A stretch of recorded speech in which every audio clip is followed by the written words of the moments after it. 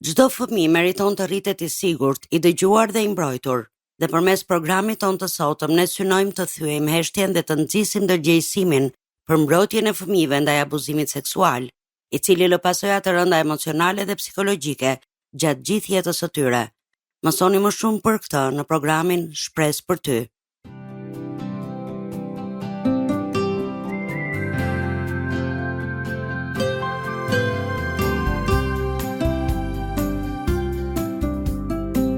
TWR Albania prezanton Shpresë për ty.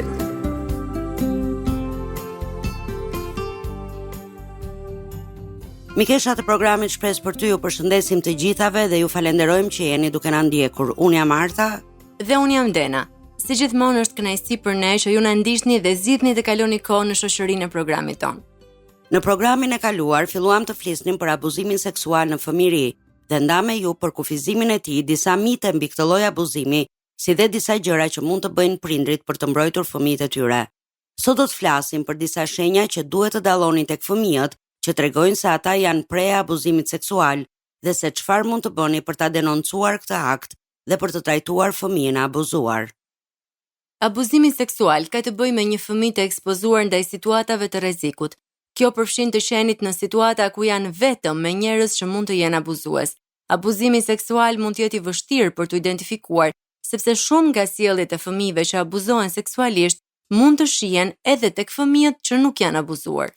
Abuzimi seksual mund të ndodhë me çdo fëmijë të çdo moshe. Edhe fëmijët meshkuj, edhe fëmijët femra mund të abuzohen seksualisht. Për shkak të abuzimit seksual, fëmijët mund të kenë mendime negative ose të jenë të përshtjelluar në lidhje me veten e tyre. Kjo gjë dallohet në mënyrën se si ata flasin për veten e tyre. Ata mund të mendojnë se janë përgjegjës për abuzimin ose se nuk janë të denjë për dashurinë e njerëzve të tjerë. Fëmijët gjithashtu mund të zhvillojnë ide të shtrembëruara në lidhje me seksin dhe seksualitetin. Ndryshimet e tjera emocionale mund të përfshin frikë dhe fobi, mosbesim, depresion, nivele të larta ankthi, vetbesim të ulët, ndjenja faji dhe turpi. Disa nga simptomat post-traumatike janë ëndra të këqija, ëndra të përsëritura, hipervigjilencë, sjellje të egzageruara të frikës, sjellje vetdëmtuese, si dhe ide ose sjellje që tregojnë se ata po mendojnë vetvrasje.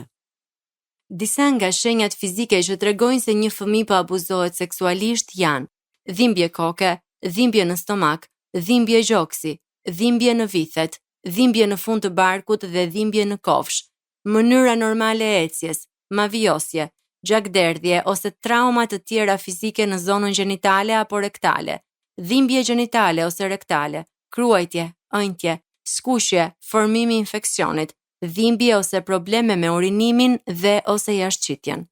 Modelet e sjelljes së një fëmie të abuzuar seksualisht përfshin ndryshime drastike. Fëmia mund të fillojë të sillet në mënyrë agresive, për shembull, thyen gjërat, vjedh dhe gënjen. Mund të ketë vështirësi në aktivitetet e përditshme, për shembull, fle keq, nuk shkon në shkollë, ha më shumë ose më pak se zakonisht, ose fillon të veprojë në mënyrë të pjekur seksualisht. Ndryshimet e tjera të sjelljes mund të përfshin të qara të shpeshta dhe pa shkak të dukshëm, rritje të nervozizmit, frikë nga një person ose objekt i caktuar, agresion ndaj të tjerëve, lojra seksuale, ndryshime të papritura në sjellje si mbyllje në vetvete, mosbindje ndaj të rriturve, si dhe frikë se mos mbetet vetëm. Diçka tjetër që duhet vënë re tek një fëmijë që mund të tregojë se ai po abuzohet seksualisht janë edhe problemet në marrëdhënie. Disa shenja mund të jenë: fëmia ka pak shok, nuk luan me shokët, izolohet gradualisht, ka deficit të aftësive sociale, sjellje hiperaktive, ka probleme me vëmendjen dhe përshëndrimin dhe rezultate të dobta në shkollë. Është e rëndësishme të kuptohet se sjellja e shfaqur nga fëmijët që abuzohen seksualisht, siç përshkruhet më sipër, mund të vërehet në shumë fëmijë. Kjo nuk do të thotë se fëmia është abuzuar. Prindrit dhe kujdestarët duhet të jenë të vëmendshëm ndaj ndryshimeve drastike të sjelljes. Nëse vëreni një ndryshim të vetëm një sjelljeje, kjo nuk do të thotë se fëmia është abuzuar seksualisht. Është e rëndësishme gjithashtu që ju të shikoni pamjen e përgjithshme dhe të mos dilni në përfundime të nxituara. Nëse vini re disa nga shenjat që tham më sipër, sa më shpejt të filloj trajtimi nga profesionistët, aq më shumë rezultat do të ketë për fëmijën. Kjo përfshin marrjen e ndihmës nga një psikolog ose punonjës social. Nëse abuzimi ka ndodhur me kontakt fizik, mund të jetë nevojshme dhe një ekzaminim nga një mjek. Çdo person që ka informacion rreth abuzimit të një fëmijëve ka detyrimin ta raportojë atë në polici. Mosveprimi për të raportuar abuzimin e fëmijës është kundër ligjit. Reagimi i personit të cilit fëmia i tregon për abuzimin ndikon në mënyrën se si fëmia përjeton dhe merret me traumën. Ju mund të ndiheni të shkatruar, të friksuar, në gjendje shoku dhe tmerri, por ruajtja e qetësisë nga ana juaj dhe mbështetja është nevojë domosdoshme për të ndihmuar në uljen e shkallës së simptomave të fëmijës suaj. Është e rëndësishme të siguroheni që fëmia të jetë i mbrojtur nga çdo abuzim i mëtejshëm dhe të ruhet në mënyrë të sigurt. Është thelbësore që kur flisni me një fëmijë të abuzuar seksualisht, të ruani qetësinë dhe të flisni fjalë inkurajuese. Dhe ja se çfarë mund të thoni. Më vjen mirë që më tregove se çfarë të ka ndodhur. Nuk është faji yt. Ti nuk je vetëm dhe këtë gjë do ta kalojmë së bashku. Të besoj, ose mos ki frikë të qash. Ke shumë të drejtë të ndihesh i mërzitur. Mund të mendosh se nuk do të ndihesh më kurrë i lumtur. Është normale të ndihesh kështu. Është normale pas kësaj që kalove, por ti nuk do të jesh gjithmonë i trishtuar. Bëni të mundur që fëmia të ndihet i sigurt për të shprehur gjendjen në të cilën ndodhet. Mos jini gjykues për mënyrën se si ndihet fëmia. Mos e nxisni fëmijën të harrojë abuzimin. Jini mbështetës. Mos fajsoni veten për atë që ndodhi. Asnjë prind apo kujdestar nuk mund të jetë kudo gjatë gjithë kohës. Zemërimi, tronditja dhe tmerri juaj janë normal. Biseda me dikë që mund t'ju kuptojë dhe t'ju ngushëllojë, do t'ju ndihmonte të përballeshit me këto ndjenja, për shembull, një mik, psikolog apo punonjës social. Gjithashtu jini të disponueshëm gjithmonë kur fëmia dëshiron të flasë me ju. Nxiteni fëmijën të marrë pjesë në çdo aktivitet që organizohet, qoftë në shkollë ose në komunitet. Disa fëmijë mund të kenë shpërthime inati dhe zemërimi. Të kuptuarit e tyre është i rëndësishëm, por vendosni kufizime në mënyrën se si e shprehin zemërimin. Mos i bëni premtime fëmijës në lidhje me atë që do të ndodhë me abuzuesin. Nëse nuk jeni të sigurt, është më mirë të thoni se nuk e dini. Një prind mund të paraqesë një denoncim të veprës penale të abuzimit seksual në çdo rajon apo komisariat policie. Ju keni të drejtën kushtetuese të paraqisni një denoncim të veprës penale të abuzimit seksual. Nga strukturat përgjegjëse, fëmijës do t'i vendoset në dispozicion shërbimi psikosocial dhe të gjitha deklarimet do të kryen në prani të specialistëve të shërbimit psikosocial. Fëmia nuk është i detyruar të jap çdo detaj të abuzimit në deklarimin e parë. Një deklarat merret nga oficeri i policisë gjyqësore vetëm kur fëmia është i gatshëm dhe mund të jap informacione të hollësishme. Shpjegojini fëmijës se ai apo ajo nuk është një person i keq nëse është duke raportuar abuzimin. Tregojini fëmijës se policia do të bëjë shumë pyetje dhe nëse fëmia nuk kupton diçka, ai mund të kërkojë sqarime policit, psikologut, punonjësit social ose prindit kujdestarit. Deklaratës mund të shtohen detaje derisa çështja të paraqitet në gjykatë. Pasi të jetë bërë akuza, rasti do t'i caktohet një zyrtar i hetues, prokuror apo oficer i policisë gjyqësore. Është detyra e tij që të gjurmojë abuzuesin, të marrë dëshmi dhe çdo informacion tjetër të nevojshëm për ta çuar çështjen në gjykatë. Prokurori ose oficeri i policisë gjyqësore duhet t'u informojë për progresin e rastit. Është e rëndësishme për prindrit dhe fëmijët e abuzuar të diskutojnë çdo shqetësim rreth sigurisë së tyre. Fëmia ka të drejtë të jap deklaratën e tij në mënyrë private, të zgjedhë gjininë e oficerit të policisë, të ketë të dhëna të mjaftueshme mbi denoncimin dhe personave përgjegjës që do ta ndjekin rastin, të marrë një kopje të deklaratës, të shtojë detaje në deklaratën e tij nëse i kujtohen më shumë gjëra për ngjarjen, të ketë një përfaqësues në gjykatë, të ketë një punonjës të shërbimit psikosocial, të ketë informacion mbi hetimin dhe procesin gjyqësor, të ketë informacion mbi gjendjen gjyqësore të abuzuesit, të ketë informacion kur abuzuesi paraqitet para gjykatës dhe të ketë informacion kur ai ose dëshmitar të tjerë duhet të dëshmojnë në gjykatë. Për fëmijët duhet të nënshkruhet nga prindi ose kujdestari formulari i pëlqimit për ekzaminimin mjekësor, mjekoligjor, para se të shqyrtohet fëmia. Nëse nuk ekziston një formular i tillë, pëlqimi mund të jepet në një letër nga prindi ose kujdestari. Ekzaminimi duhet të bëhet privatisht, në një dhomë të rehatshme dhe të ngrohtë.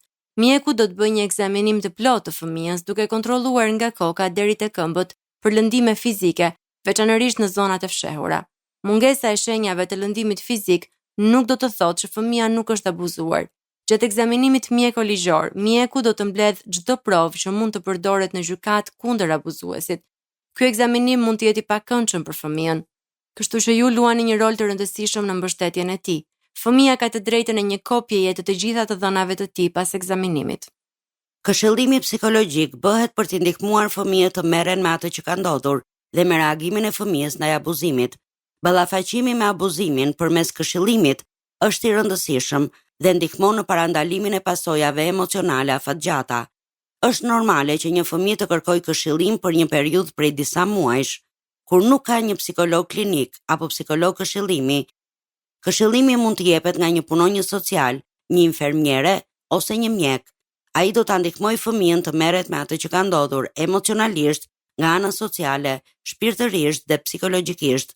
Në varësi të moshës së fëmijës, këshilluesi mund të përdorë terapi loje, terapi arti dhe qasje të tjera psikologjike për të ndihmuar fëmijën në komunikimin dhe trajtimin e abuzimit.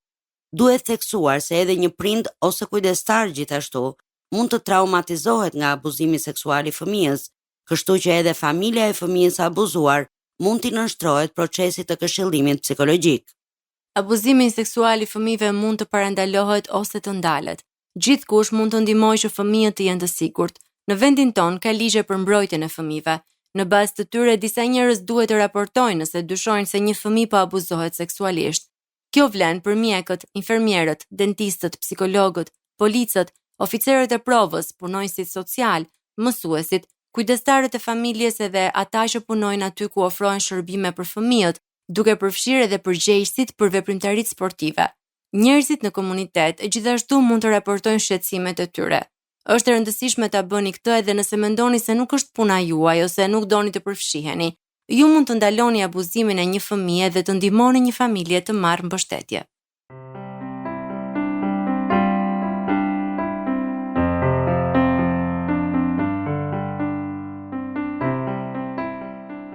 Jemi rikthyer në studio mikesha të dashura, jeni duke ndjekur programin Shpresë për ty.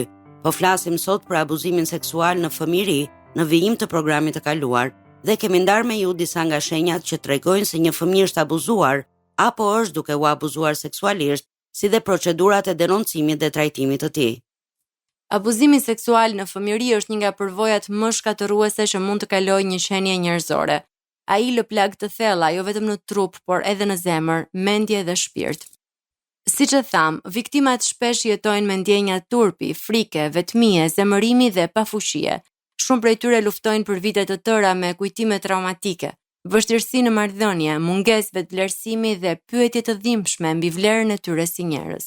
Megjithatë, Bibla, fjala e Perëndis, na përball me një të vërtetë të fuqishme. Perëndia nuk është indiferent ndaj vuajtjes njerëzore.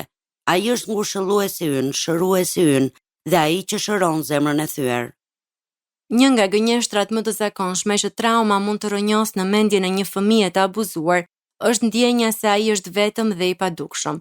Shpesh abuzimi ndodh në fshehtësi, në heshtje dhe nën manipulim. Viktimat mund të mendojnë se askush nuk e kupton atë që kanë kaluar apo po kalojnë ata, por Bibla tregon për një Perëndi që sheh gjithçka. Në Psalmin 56, vargu 8, Davidi shkruan: Ti ke numëruar hapat e bredhjes sime, vendosi lotët e mia në çalikun tënd. A nuk i ke regjistruar në librin tënd? Ky varg zbulon zemrën e një Perëndie që nuk i shpërfill lotët e njerëzve të plagosur.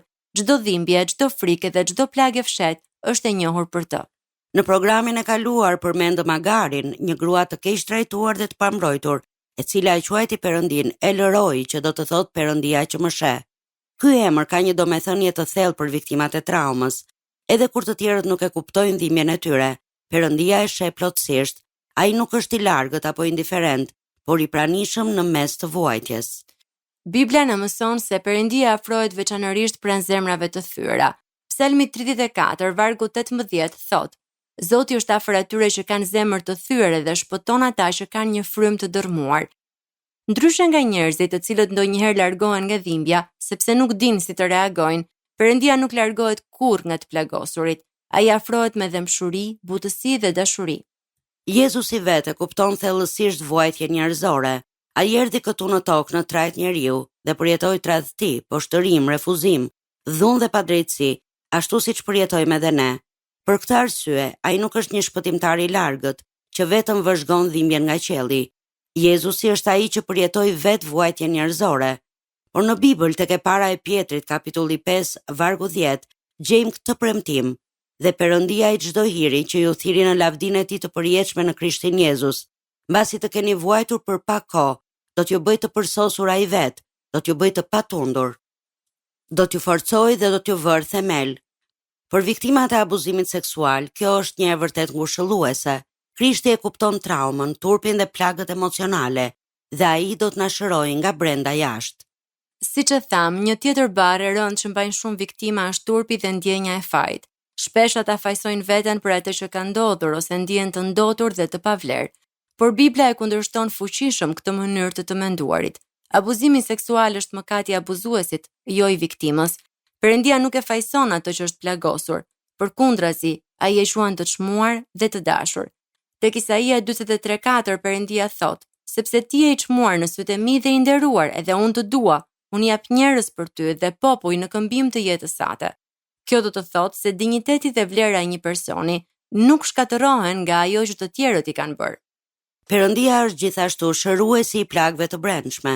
Psalmi 147 vargu 3 thot: ai shëron ata që kanë zemër të thyer dhe lidh plagët e tyre.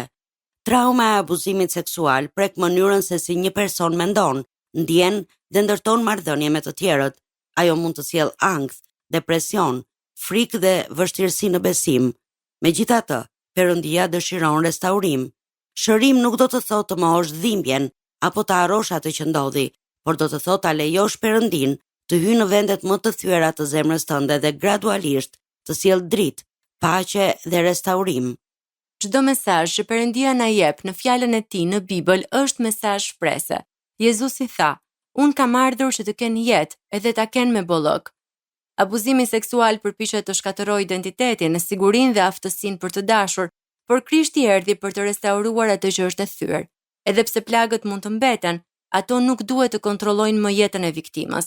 Në Krishtin ka shpresë, dinjitet dhe jetë të re. Perëndia, ngushëlluesi ynë, nuk premton një jetë pa plag, por premton praninë e tij në mes të dhimbjes. Ai sheh lotët që askush tjetër nuk I sheh, dëgjon britmat që nuk thuhen me fjalë dhe afrohet pranë atyre që kanë zemër të thyer. Për viktimat e abuzimit seksual në fëmijëri, kjo është një e vërtetë e fuqishme.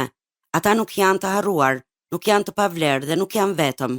Në duart e Perëndis, edhe zemra më e plagosur mund të gjejë shërim, paqe dhe shpresë. Mikesha të dashura, tani ka ardhur koha të ndahemi, por duam t'ju kujtojmë se mund ta dëgjoni këtë program si edhe programet e tjera Shpresë për ty në YouTube. Dhe t'i ndani ato me mikeshat tuaja. Mjafton të kërkoni TWR Albania, playlista Shpresë për ty 2026 dhe do të gjeni aty këto programe.